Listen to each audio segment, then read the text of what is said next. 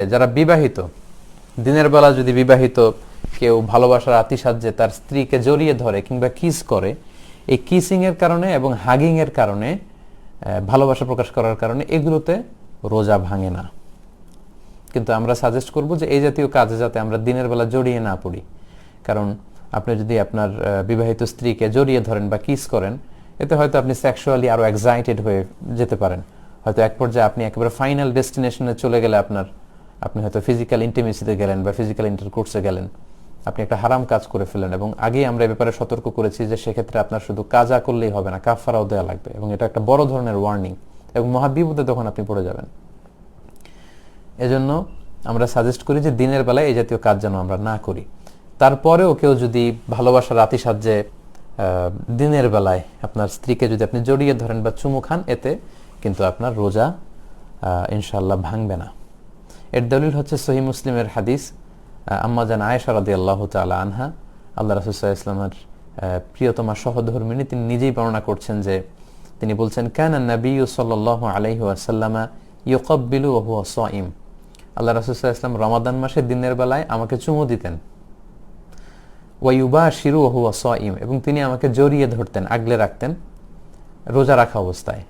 তো এটাই প্রমাণ করে যে চুমু দিলে বা স্ত্রীকে জড়িয়ে ধরলে, কিস করলে বা হাগ করলে, এতে করে কিন্তু আপনার রোজা ভাঙবে না। তবে আমরা এটাকে সাজেস্ট করি না, যেহেতু এটার কারণে আপনি সেক্সুয়ালি এক্সাইটেড হয়ে যেতে পারেন এবং আপনি বড় ধরনের কবিরা গুনাহে লিপ্ত হয়ে যেতে পারেন। তবে কারো যদি নিজের ওইরকম কন্ট্রোল থাকে, তাহলে এরকম ঘটনা যদি ঘটে যায়, তাহলে আপনার রোজা ভাঙবে না ইনশাআল্লাহ। 3 নাম্বার হচ্ছে ওয়েট ড্রিম, যেটাকে আরবিতে বলে আল ইহতিলাম, বাংলায় অর্থ দাঁড়াবে স্বপ্নদোষ। অর্থাৎ রমাদানের দিনের বেলা আপনি ঘুমিয়ে আছেন, এমন কিছু হয়তো স্বপ্নে দেখেছেন যেটার কারণে আপনার উত্তেজনা চলে এসেছে এবং সিমেন আউট হয়েছে, দেহ থেকে বীর্যপাত হয়েছে। তো এটার কারণে কিন্তু আপনার রোজা ভাঙবে না, কারণ আপনি ঘুমিয়েছিলেন।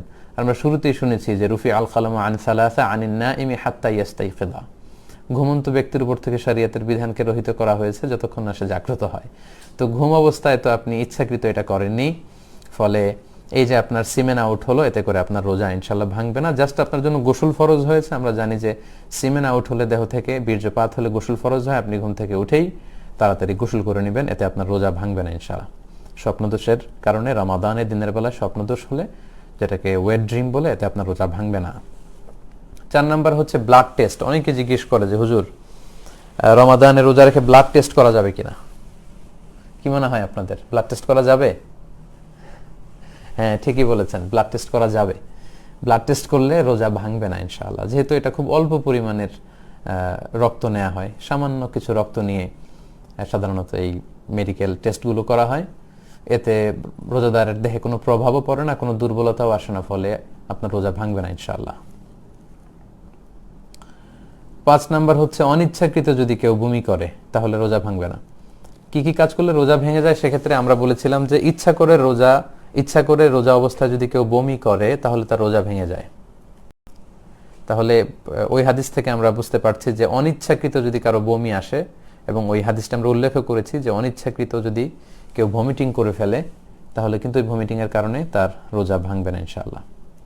6 নম্বরে হচ্ছে নোজ ব্লিডিং, নাক দিয়ে অনেক সময় রক্ত পড়ে অনেকের, এতে রোজা ভাঙবে কিনা? না, এতে যেহেতু অল্প রক্ত, এটা কোনো প্রভাব ফেলে না দেহে, এতে করে ইনশাআল্লাহ রোজা ভাঙবে না। রমজান মাসে অনেকের দাঁত ফেলা লাগতে পারে, রিমুভিং টুথ ডিউরিং রমাদান।